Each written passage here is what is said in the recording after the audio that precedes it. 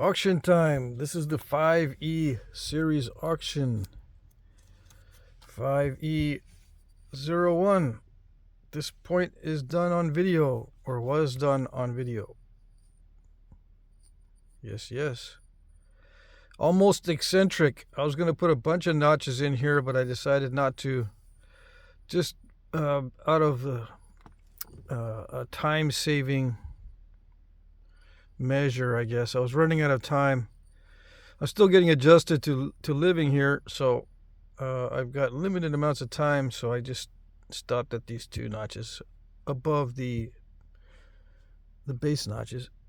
All right, so yeah, you can see the whole thing on video. It's a Georgetown flint, sharpened all the way around. Yeah, pretty straightforward. Just a simple leaf shape with some notches in it. 4 inches, almost exactly. Okay.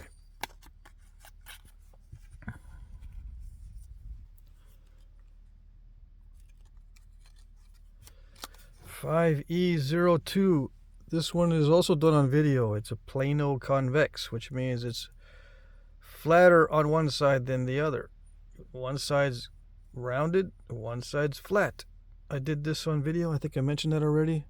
It was not that difficult to do once I figured out a good strategy for it, which is just thin it normally, but not too thin, and then bevel it all the way around on one side.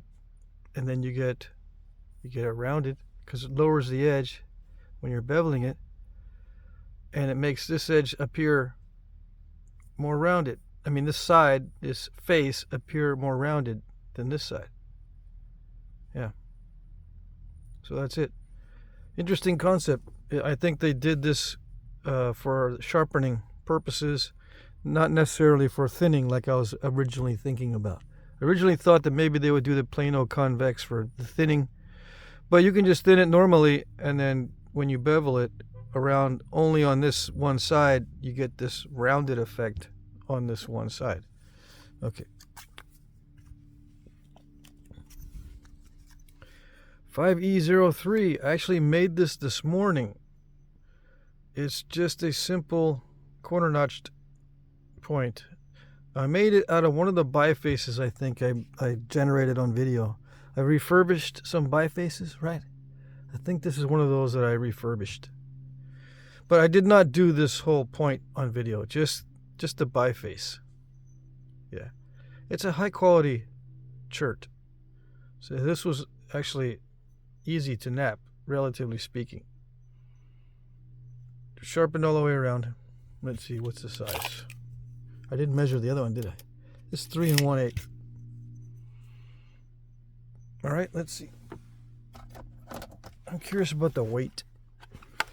Who can guess? Put in your bids on the weight. Let's see. Come on. I'm thinking about 100 grains or so. Oh, it's 200. 202. Can you see? It says 200 there. It's actually 200, yeah. 200 grains. Yeah. And that's grains, not grams. Okay? So to get a 200 grain, you need a 3-inch point that is a 1 1/8 inch wide by, I think that's going to be 3/16. It's a quarter inch thick. Yeah, at the thickest. All right, so it gives you an idea.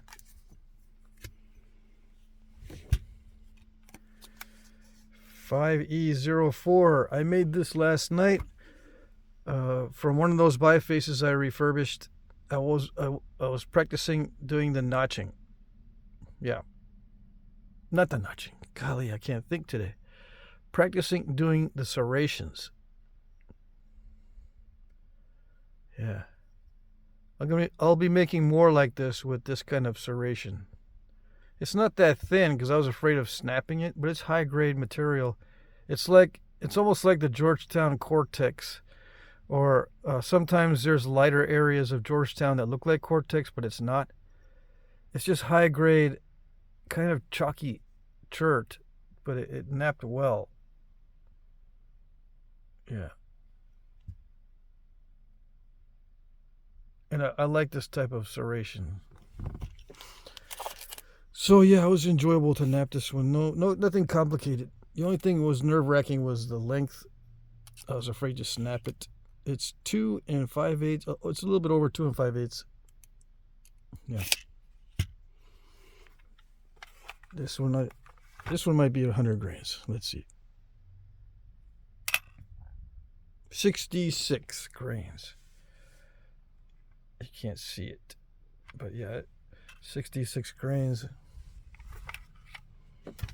Cool. That's it. That's it for the points. I got one more item. It's the 5E05. It's a box of broken bifaces, including a lot of these Georgetown bifaces that I napped on video. This is not one of them. This is not. This is a lower grade Georgetown. These other ones are higher grade. I think these are all high grade Georgetown. This is probably a mid grade right there. I'm including this piece as well. This is a high grade, although it's got some areas that are dicey. And it ranges from fairly low grade to high grade. Yeah. But this one is a lower grade. It's all kind of rough. All right, and this can be heat treated. All right, so I've got some brokes in here. Oh, this is not broken. This is a fully intact point that I was working on the other day. I showed you the biface or the preform on video, but I didn't nap this on video. I messed up some corner notches I was putting in here, so I put in a tang. But anyway, I'm putting it in here because I didn't like the way it turned out. Because I wanted the corner notches. Yeah. How long is this? 3 1/4. I did sharpen it, kind of, sort of. Yeah, I think I did sharpen it. It is translucent, and it's got inclusions in it. It's nice material. It's not that bad, actually, to nap. But I just ran into some concrete down in here when I was doing notches. Blew out the barb, so I didn't want to keep it. Yeah, this is the same sort of material where it's got mixed texture. It's got inclusions in it. I was trying to make a point with long barbs and it snapped. So that's a broke. And I show you this on video already. So a broke high grade shirt and a broke mid grade shirt. Yeah. The total length on this would have been 3 inches or a little bit more. This one here is like 2 3/4. This one here is, hold on, 3 1/4.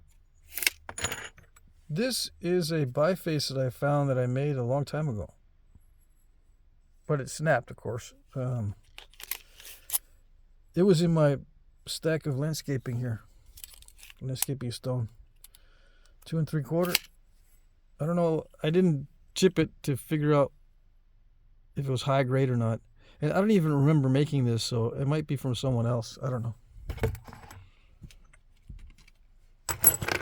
And a piece of root beer, little biface. This one is 3 inches. All right, so you know this one already. This one is 3 3/8. This one is a little 5 1/4. 3 1/2. 4 1/4. 3 1/4. Some of these are really thick. But yeah, I don't really like working Georgetown anymore. For these larger pieces, anything over 2 inches, I don't like the Georgetown. 3 1/4. I just stopped using it because it's too snap and halfish for me. For the large pieces. 3 7/8. Yeah, I like it for the small arrowheads because it seems to work really well with the small arrowheads, especially with notching. But for big stuff, it's too snappy for me. I don't like it. All right.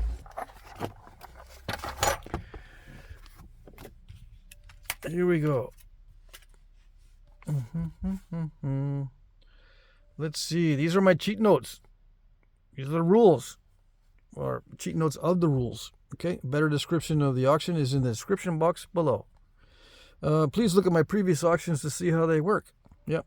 I won't say much more about it. Auction 3J has a demo on how to bid 3J. I used my tablet. You can search for this, or you can look through all the videos and find it if you want. I can send you a link to it if you don't know how to search for it, or if you can't, or something's wrong with your computer. Let's see. Bid in the comment section under one of my pre-populated comments. Yeah, this auction works by commenting. Your comments are your bids. You put how much you want to bid in your comment when you're replying to the item number that you want to bid on. Yeah, and those are in the pre-populated comments, which means I put comments in there before I post the video to the public. So that's pre-populated. Okay. I will like your comment if I see it. Yeah, it's very important. If I don't see your comment, I can't like it. Right? So that's how you can know that I've seen your comment or your bid. There's a like on it. If you don't see a like on it, give it a little bit of time. As time approaches the end of the auction, I will check more often, okay? But in the beginning of the auction, it might take me a while, so just be patient at the beginning. If it starts getting close to the end of the auction and I still haven't liked your comment, try bidding again or send me an email to jackcrafty2@gmail.com and see what's going on. See if we can figure it out. All right, try not to bid at the last minute. Yes, try. Try not to bid at the last minute. YouTube's time tracker is what I use to keep track of your bidding times. Sometimes it's up to 2 minutes off. And guess what? If YouTube says you're late, even if you're not, I can't count your bid. Yep. Too bad. Shipping is free in the U.S. International shipping is discounted but not free. International rates often change. I might need to charge more than this. Yeah. Sometimes it's cheaper once in a while, but very rarely. But yeah, I'll get with you on the emails. In the emails to see how much I'll charge you on international shipping. But shipping in the U.S. is free. I will provide tracking numbers. I accept PayPal, Venmo, Cash App, checks, or money orders. I can also email you an electronic invoice that you can pay with a card. Please note, I cannot charge your credit card on my end. So don't be giving me your credit card number up front because I can't use it.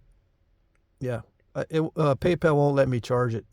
Not with the system I have in place. I'll have to get some sort of point of sale type system where I can enter data on your stuff on my end. Maybe that'll work. You know, get a merchant account or something like that. But for now, I can't. I just got to use PayPal's regular billing system. All right. Winners will be announced starting at 9:01 p.m. Eastern Time. But it depends on your time zone. The auction ends and the winners will be announced at 8 p.m. Central, 7 Mountain, or 6 Pacific. Okay? Pay attention to your time zone. I will reply to your winning bid with this cut and paste message with sold, thank you, the item number, and the price that you won with. Okay? And please email me at jackcrafty2@gmail.com. This is especially important if you're new. If you're new, I don't have any of your information. For instance, I don't know your real name compared to your YouTube name. I don't know your address or your billing or your payment options, that kind of thing. So if you're new, pay attention to the comments section, please, and make sure you email me if you win. Otherwise, I have no way of knowing who you are or how to bill you or anything else. Okay? If you've already done business with me, it's no big deal. I've already got all that stuff on file. Okay. All right, so that's it for the cheat notes. Yeah, not much items, not many items. 5. I'm building up to it, okay? I've got to set aside some more time to this, and I think I'll be able to do that pretty effectively, especially as the weather gets warmer. Anyway, I hope you guys had a good weekend, and good luck.